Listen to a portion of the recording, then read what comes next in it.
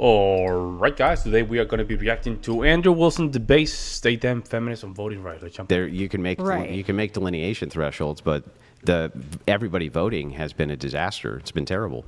What do you mean by that?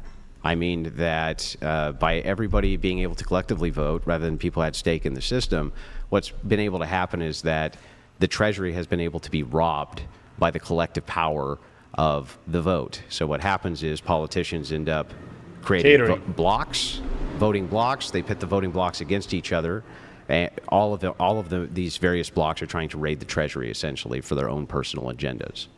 Every single block that I can think of, in fact, is trying to raid the Treasury based on an agenda. Right, but presumably you think some of those agendas are good, and two, you think that generally there's also good outcomes from everybody voting, right? No, there's generally not good outcomes from everybody voting. There's not a single good outcome, or I wouldn't say there's not a single good outcome. I'd never put it in a monolith, but I will say almost none. Almost none. And especially in the United States, you see since the turn of the 20th century, our debt has increased so much. The more rights we give to people, the more we get into debt. It's insane. Question. I just answered the question. I would not say that there's never a single good outcome. Right. So you just happen to believe that the good outcomes don't outweigh the bad outcomes. Well, yeah, that's how I would weigh anything when it came to the political process, right? Right. So, okay, I mean, we can just take, for example, you think that it's generally good, just prima facie good, to protect individual freedoms, right? Like to a degree. Well, I think I can probably give you infinitely many cases where you would say it's good to protect I can give you infinitely freedoms. many cases in the opposition where you would think it was really good to limit them. Probably not in the real world. Like I can take, for example, you waking up and breathing this morning. That's a right that's a personal freedom that should be protected. Me waking up and owning a machine gun, is that a personal right that should be protected? That's going to hinge on that's going to be some empirical claim that I don't. It's not an empirical claim. Because whether or not you. What do you mean? Empirical claim. What in the hell she's talking about? Whether or not I think that that's a right that should be protected is going to hinge on empirical data. So, whether or not that causes more bad outcomes. Can I own a nuke? I think probably there would be really bad outcomes if you owned a nuke. Yeah, probably. So you'd want to limit that, right? Right. What about a battleship with Uzis strapped to it that did a 360 turnstile, just mowing everything down? I should probably not have that either, right? Or hand grenades. Right. And those are instances that we don't currently have. I'm talking about literally from you breathing to you sitting at the table to you holding a pen to you wearing a shirt to you being in the studio to being in America. To you being able to drink water. All of those things are personal freedoms, and you believe that all of those things should be protected. And there's probably less of those insane scenarios than. She's gaslighting. Breathing's not a right. What do you mean?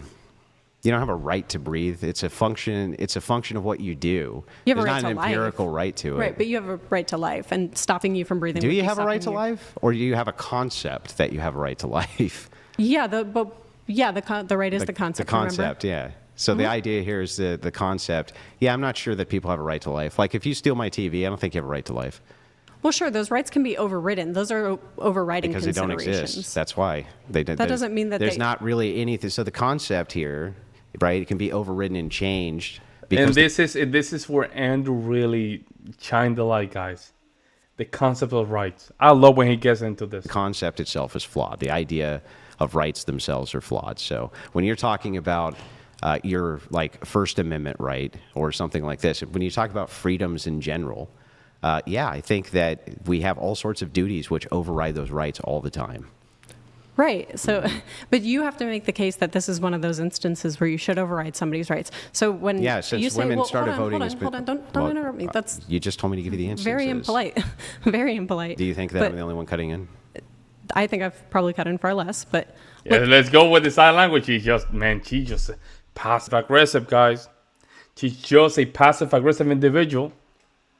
Andrew should just go down, really. So you think that there's all of these instances where you shouldn't have your right to breathe infringed upon, you shouldn't have your right to XYZ. That doesn't mean that those things aren't real just because they can be overridden. I don't know what the argument for that would be. So the concepts themselves, right? These things are changeable concepts, right? Yeah, all of them are changeable. The concept itself is. And where does the concept exist? Does it exist in all brains, or does it exist in one brain? Well, I think that people have different concepts of rights. Right. But What I am saying, though, is when people say, I have a right to life, they're not saying, I have a right to life in every single imaginable possible scenario. Do you know that? Do you know that when you express things that you should express them precisely so that I know exactly what it is? There we go. Let's go, Andrew. Let's go. You see just how condescending she is, guys? And Andrew said, I'm going to play that back into her. She's very condescending, guys. Don't you get that? The inflation always going up, huh? That inflation going up, it just means that you don't believe what you're saying. You're a condescending person, but you don't believe what you're saying. Yeah.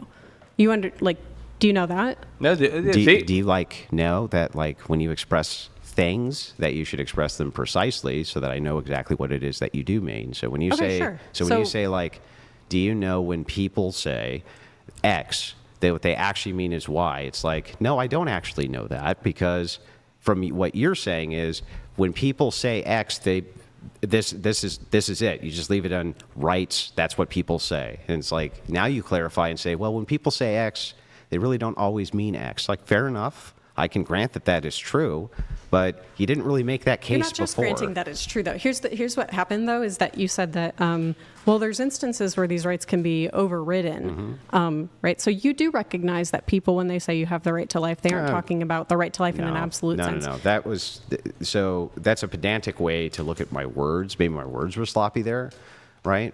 It's just a way for me to categorize the words that you understand what I'm saying. So I could say override or something like this. If you want to pin me on it, I can use a different word. But the entire idea here, though, is that these are just concepts. Because they're just concepts, they're very changeable in the human experience as concepts. And they only exist in single brains. They don't exist in collective brains, right? They can't. Every single brain has to have some variation of this concept, right?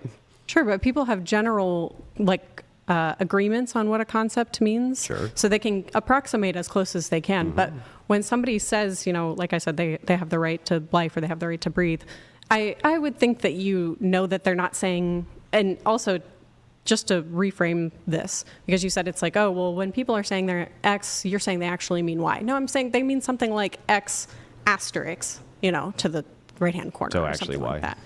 That's not what I said. I think that's kind of dishonest. It can't be X and not X.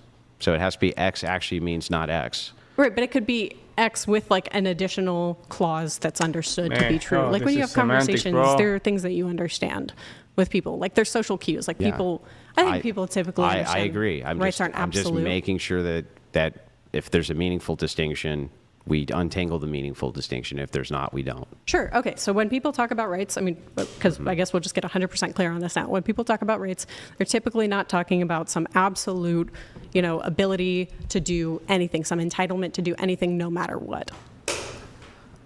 Okay. I agree. Sure. But I never thought that was in dispute. What was in dispute is the concepts themselves, right? So the idea is, well, I have a right to do X, and then somebody comes along and says, no, you don't, and puts a bullet in your head, right? Did he have the right, or did you have the right? Did the person who put the bullet into somebody's head have a right to do that? Yeah. Not per the person who they did it to. Right, exactly. So then these are just concepts. They're individual. They're mind-dependent concepts for individual minds themselves. They're not even collectivized. Well, there can be rights that we agree upon. Sure, you can agree. You can agree to them, right? But you can't really say that when somebody else comes along and says, "But I have a right to violate your rights," that they don't have a right to do that. That's the problem with them, right? They under your frame of rights, they don't have that. Per your standard, they don't have that right. Yeah, but per their standard, they do. Yeah, that's just trivially true. If you're just saying a right, and trivial truths are true because they're true. So the thing is yes, it's trivially true, just meaning it's true that if a person says, "Well, I have the right to kill you," and you say you don't have the right to kill me, right? I just want to know who actually I noticed something. has the right I noticed something, guys. What do we have here? To look it up. We have a butterfly tattoo.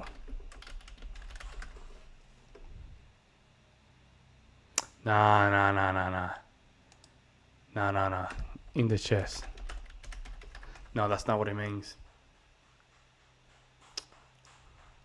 No, that's not what it means. We're not talking about that one, guys. New beginnings or rebirth. Typically refers to heart palpitations, which are often associated with anxiety, stress, or psychological factors. They can feel like fluttering, pounding. No, that's not what it is, man. No, that's not what it is. It means, usually those tattoos mean that this person went through a very traumatic experience close to, it can mean a lot of things, right? But it means that they went through a very traumatic experience and they supersede the experience. Do what? Let's put it that way. Actually has the right? Yeah. What do you mean by If that? some of you guys know the right definition for that tattoo, put it in the comment section below. Who here actually has the right to do something? Who here actually can actualize this right? Okay, the question is, who has the ability to do what they want to do? Mm-hmm. Well, obviously the person with the gun. Do you think So that then that's in dispute? what right did that other person actually have? Well, the person, okay, maybe we should get clear on what you mean by a right. What do you mean by right? I've already told you like 50 Yeah, times. I already told you. Now you want to take control of the conversation, man. We're not going back. It's entitlement absent of duty. Yeah, so, okay, they have the right, and these rights are, like I believe that I have an entitlement, to my life. Believe. Right. Yeah. So if they believe that, to them, they had the right. To the other person, they did not have the right. Right.